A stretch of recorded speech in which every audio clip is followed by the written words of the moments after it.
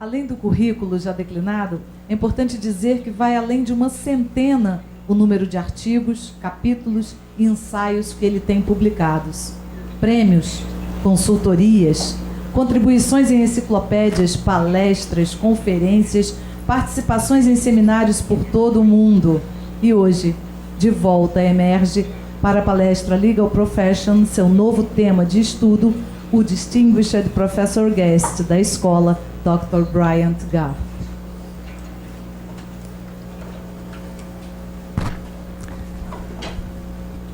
Okay, I want to start by saying I am unbelievably honored to have my name on this observatorio, and I love the name Observatorio. And I don't care which of you two thought of it, but I certainly did not think of it myself. But I think it's, in a way, kind of appropriate because it's kind of a life cycle, in a way, because the very first thing I wrote as a very young wannabe scholar was Access to Justice with Mauro Cappelletti. It was the first thing, and I was introduced to empirical research, and it's been my whole career. But the spirit of access to justice, and I talked about this in my last talk when I was in Brazil, kind of evaporated in the US, and maybe it's making a comeback. But it's an honor by Brazil that it was kept alive here, not because of the quality of the writing, but because of the spirit of reform that took place in Brazil, aided by, of course, a great translation by Justice Northfleet. And for that, I look forward to not hearing myself talk today, but I look forward to later on when I can hear more of the projects and see how they develop, and as the young scholars of the future begin to really generate first-class research. And I know enough about this group that I have great confidence for the future. You said I was kidnapped, and as they say, a good kidnap victim identifies with their kidnappers, and that would be me. So I'm going to talk about the legal profession. Now, very few countries of the world have scholars who are interested at all in the legal profession. Why study lawyers? I tell people that some people study insects, but I study lawyers. I want to know how they migrate, whether they reproduce, how they make their careers. Why is it interesting? Well, some people just like insects, and I like lawyers, but that's probably not enough. So here's a few reasons why it's important to study lawyers. First of all, the position of lawyers in any country matters for how much law is taken seriously. If the talent and connected and ambitious people go into law, then law matters more. It's just that simple. Second, to go back to access to justice, and as it says on the OAB building, the infrastructure of access to justice begins with lawyers, the gatekeepers of the legal system. It's also relevant who becomes lawyers. Issues that you were talking about of race, gender, national origin, new groups bringing different life circumstances into the law is essential to what makes law better and more legitimate, including judges with different perspectives and backgrounds. So who becomes a judge, and this will be my only part of my talk that's about judges, also matters a lot. Law also, in almost every country, has been historically a path to social mobility. It's the classic social mobility position. And one question is, does that still work in our countries, in these very unequal societies? Finally, in sort of more grandiose, studying lawyers is a window into the economy, the state, and to power, into the big issues of social science. Lawyers are power brokers. If you follow them, you will follow the money, follow the politics, follow the power. So what I'm going to talk about today is 3 related studies. I think they're related because they're all parts of my own work, and they're all things that I'm trying to finish in these very days. So these are not all published, but I will give you some hints of them. The first thing I'm going to talk about is a project I've been working on for more than 20 years, which I thought would be a very short time project. And it's called After the JD. It's about the United States, and it's about the careers of 5,000 lawyers who we followed from the time they were admitted to the bar until 2013, and actually many of them we are still following today, to see how their careers develop, what matters, what doesn't. There are 3 waves of research, questionnaires, 2003, 2009, 2013, and it's a quantitative project, but also a qualitative project. And I did most of the 200 interviews with one colleague of the qualitative interviews in this project. So this will be about the US. Why the US? Well, I'm from there is one reason, but it's also important because it is setting the tone for some developments around the world. And third, and for those of you who aren't interested too much in the legal profession, you might consider the United States a kind of exotic case, an extreme case that merits interest because of that. The United States is the land of rankings and hierarchy. There are 200 law schools. From the point of view of the top law schools, there are a few top law schools, a bunch of mediocre law schools, then there are poor law schools. From the point of view of people with more experience in legal education, like myself, those schools that are sometimes called the poor or lower ranked law schools may give a better legal education actually than those that call themselves the elite law schools. Nevertheless, the rankings count. Why do the rankings count? Because the US is also the place where corporate law firms dominate the profession. They care about the hierarchy, so everyone else has to care about the hierarchy.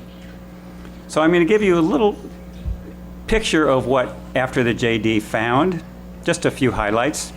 Then my second part is going to try to kind of reflect on the transformations in the US.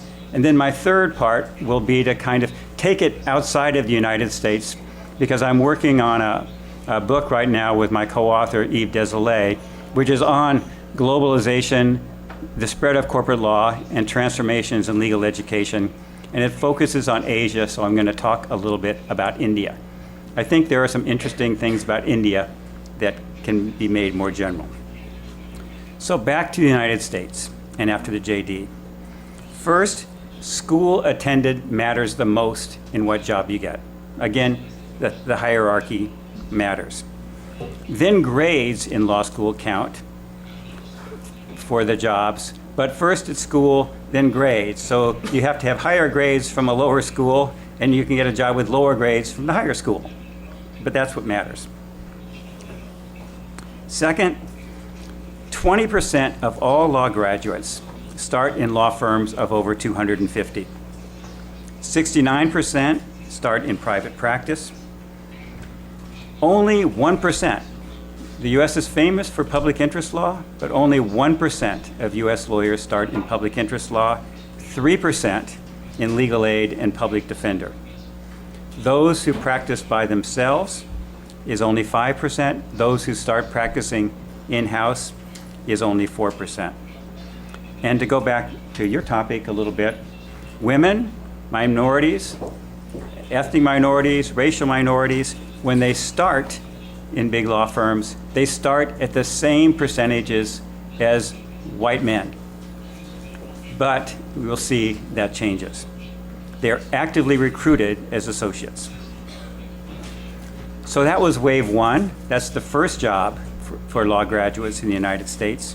Now we go to wave three, which is 10 years later. What happened? Well, the size of public interest law is still the same. Private practice has gone down considerably. Corporate law firms, big corporate law firms, which were 20% of lawyers, of law graduates, is now 8%. And there's a rise of government and especially of in-house counsel, up to about 12%. What about the women and minorities who started so well in point of entry in the corporate law firms? They didn't do so well. They left in much higher numbers than the white males. African Americans often went into governmental positions, but many who left went into in-house and other jobs. So what happened? Well, we've got quantitative data and we've got qualitative data. And at the end of the day, what you find is those who tend to stay, this is going to shock you, not at all, those who tend to stay tend to be males from relatively elite schools with wives at home. Why wives at home? Because corporate lawyers work 100% of the time. They don't have time to even get their car washed. So they have to have support at home, and that is a huge advantage in getting promoted to partner. Why do the others leave? For many reasons, but one from interviewing them is fit. They are not given the feeling that they belong. And their reasons, and you would be surprised how many people we interviewed who mentioned golf. You know, they said, I was asked to come and play golf. I don't play golf. That showed me in a way that this was not where I belonged. Still, there are relatively few complaints by those who leave. Why?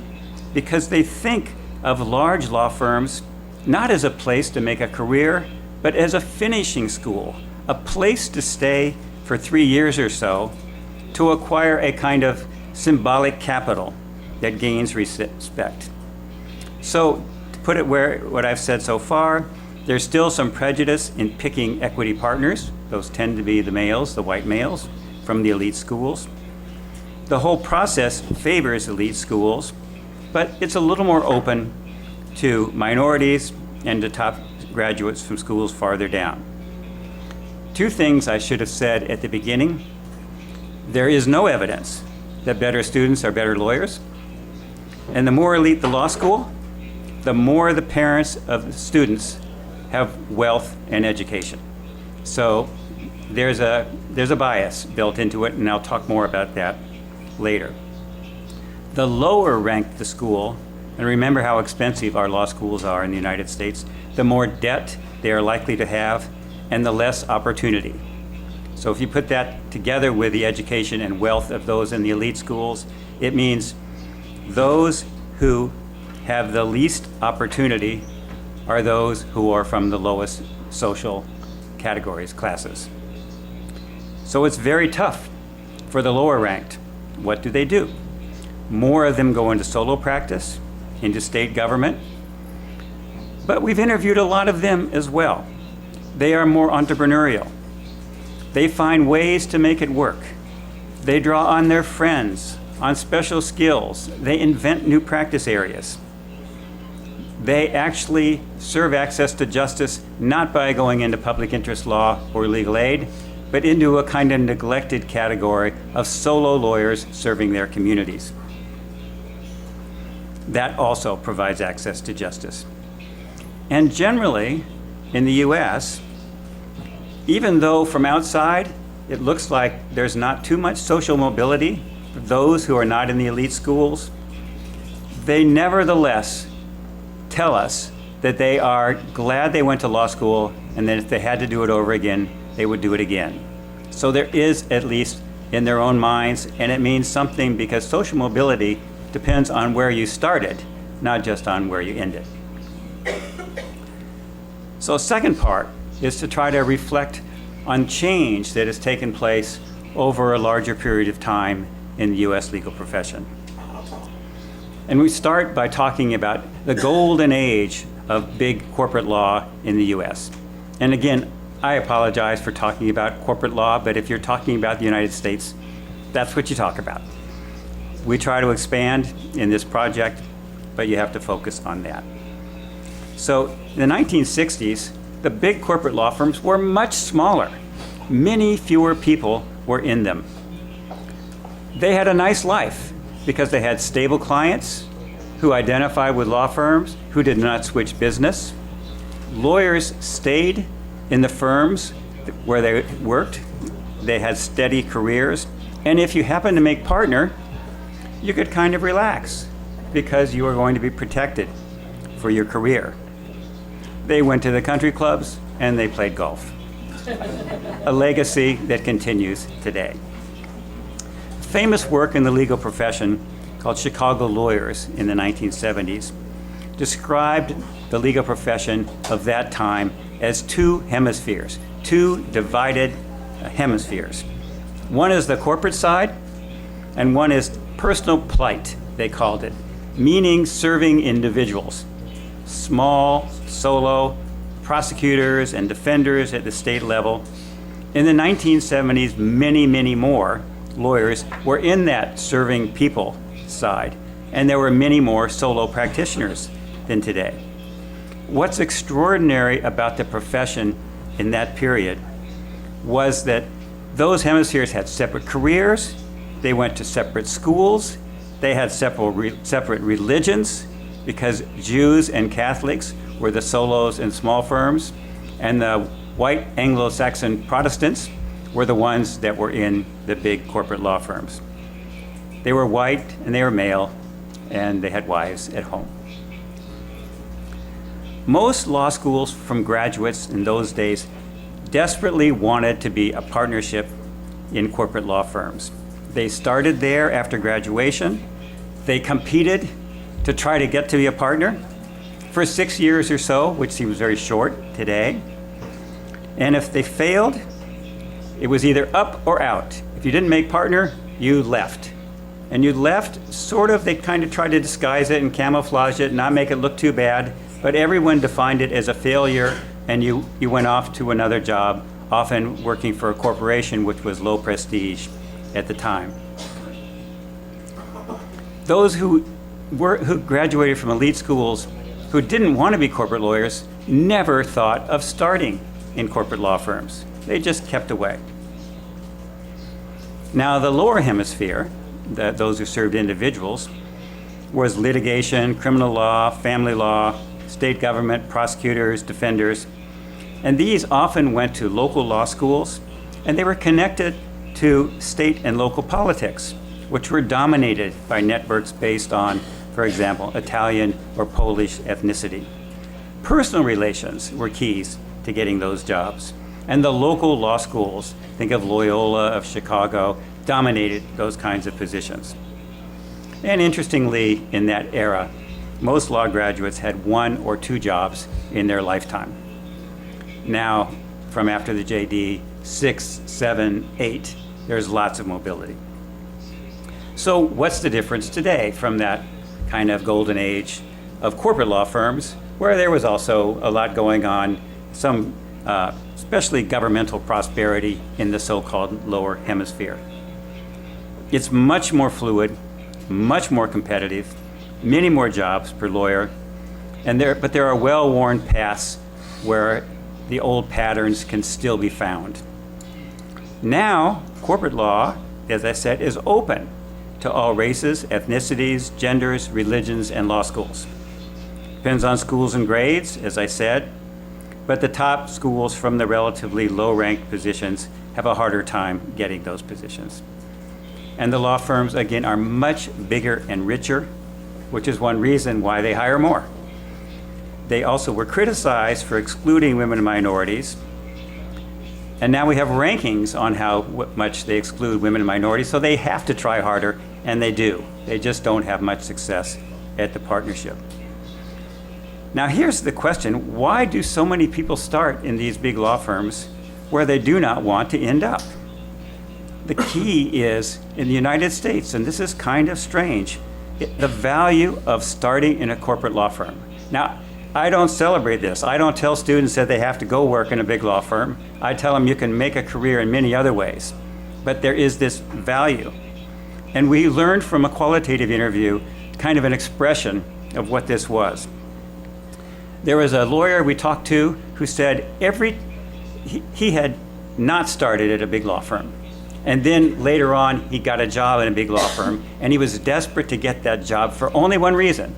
He said every time he went into a room full of lawyers, the first thing they would talk about is, what big firm did you work for? It was their way of impressing each other. Even though they didn't stay, it was their way of sort of demonstrating that they had credibility in the legal profession. So that's kind of strange. And jobs for the survivors of the big law firms are pretty good. Boutique law firms, some solos, federal government, academia, and especially in-house, which is now much more prestigious. The hours are better, and the pay is not as good, but it's also very good. They also have the advantage, because there's all this mobility, those who work in big law firms have contacts that are extremely valuable for their whole job career. All these jobs, and in fact all law jobs, seem to value this corporate law experience. They are not considered a failure. That's the big difference from the so-called golden age. There are also many non-equity positions, so there's many other jobs in big law firms now, so it's not always up or out. So women and minorities and graduates of low-ranked law schools do make partner, as I said, but the odds are substantially higher for the male graduates of top 10 and top 20 law schools with, again, spouses at home, those closest to the model of the 1960s. Low-ranked and political machines help the disadvantaged, but now it's merit. And so in a way, some of the jobs that were really open to the graduates of the lower-ranked schools, now those from the elite schools who now want to be public defenders or prosecutors get those jobs first. The personal relations that helped the disadvantaged is not so much there. So partners and the top in-house and boutiques are paid much better than all but a few legal positions. Partners of the top firms can be in the millions versus the much less than most lawyers. The median of all lawyers in the United States is 140,000. Not bad, much more than most Americans. But there is, and I use the term figuratively, there is a legal 1% in the United States. It looks quite meritocratic, favoring the best students, but it very strongly implies the selection of those who have the family background to get into top law schools, and it favors white males in the equity partnership ranks while stating a commitment to diversity. Big firms are also masters of technical law, which goes along this. The world of corporate partners is the world of power and influence in the United States. So to complete this story of change is change and not change. From the 1960s until the present, the corporate partners absorbed the challenges, growth, opening up to women in new groups, the rise of in-house counsel, the fact that most elite graduates do not want a corporate partnership.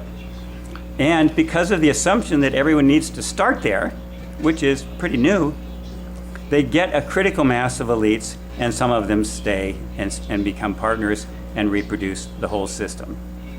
Now, as a result, it's a little more legitimate, a little more open, and there are many more partners than there were in the golden age, and they make much more money than they did in the past. Corporate law firms still at the top in the United States, but much richer. What does this mean in today's complex world? There's a book coming out by a Yale law professor named Daniel Markovits, who says this is a fake meritocracy.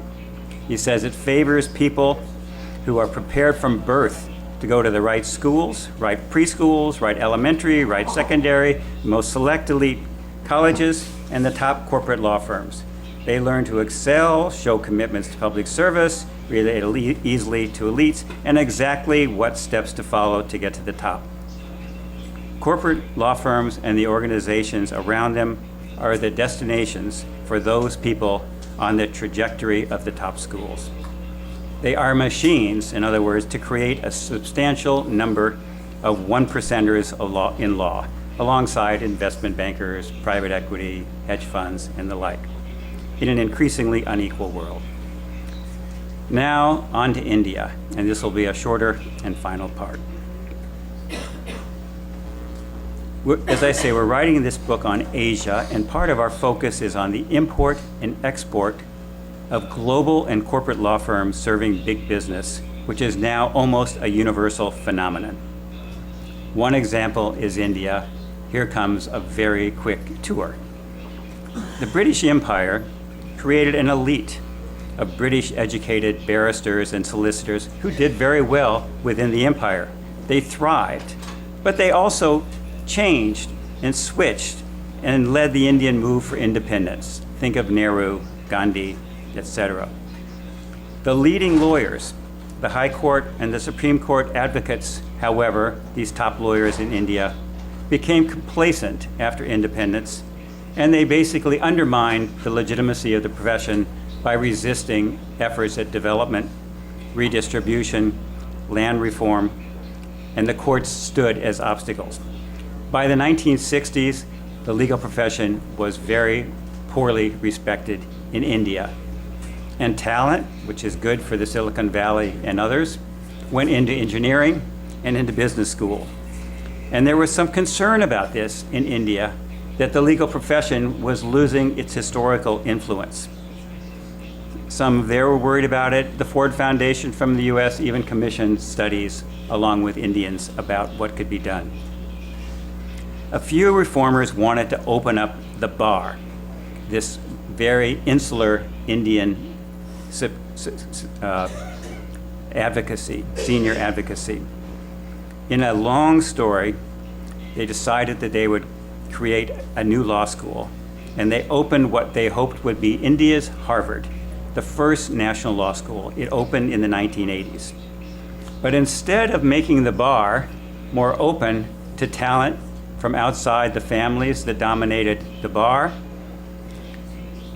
the economy opened up in India, so all these graduates went instead into corporate law firms that were just starting to expand greatly to serve the global economy. The firms grew dramatically, hired the graduates of the first national law schools, and now there are 20 or more national law schools and a couple of private law schools like the Jindal Global Law School, and they are more or less thriving. The prestige of law has gone way up because of these schools and the relatively high-paying positions for graduates. But legal education itself is not respected. There is no real career as a law professor because that elite bar has no respect for law professors. They think that they are the learned members of the bar. The elite reproduces itself through family and local law schools that barely teach. Still, the corporate lawyers make much more money than the graduates of the 1,000 law schools in India, most of which are private. Many of the graduates go abroad, and they come back, and they recognize now that the bar, the senior advocacy, the most prestigious part of the Indian legal profession, looks obsolete. It looks like it relies only on the skills of barristers, that they don't even understand the arguments that are being given to them by the law firms to present to the courts.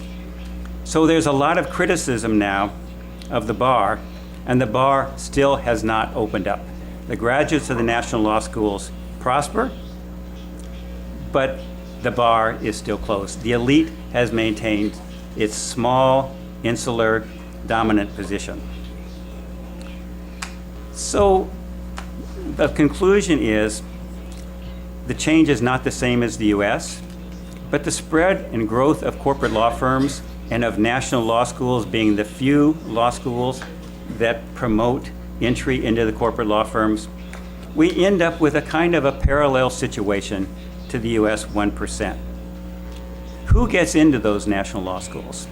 They have policies to reserve a number of spots for lower castes.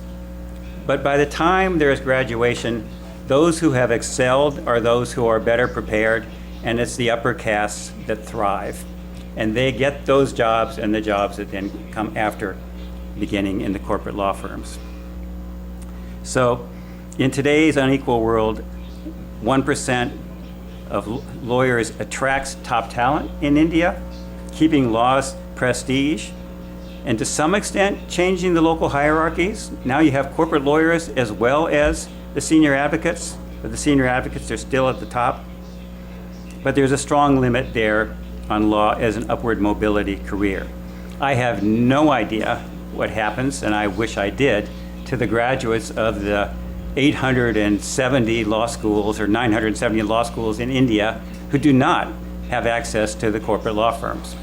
Is it upward mobility there? I don't know. But you can see that the inequality of one path for the elites and one path for others very much exists. So last paragraph on the legal profession. First, I do not want to say that the countries where corporate law firms have gained prominence are all the same. In the US, when we look outside, we in the US tend to believe that everyone is going to be just like us, where corporate lawyers are at the top of the profession. The variations in India are quite strong, even if there are some common themes, and that's true in many other places. Second, I presented a story where I'm worried about inequality, but you could make it into a happy story if you want. You could say quite a few lawyers are wealthy and important players in the state and the economy, with corporate lawyer providing a spot from which they can operate. It attracts talent, and it's well connected, and it keeps the place of law. But, and this is my last sentence, it's hard for us who study the legal profession to celebrate that fact too loudly, because it also reflects quite dramatically the global economy and the increasing inequality that produces a 1% or less that controls most of the wealth. Instead of just celebrating the meritocratic part, law schools and reformers must understand that the meritocracy in law favors the well-to-do dramatically, even if it appears that it's all fair and just. We need more study. We need to see how we can better create the opportunity for those who are not on the elite tracks from birth. Thank you.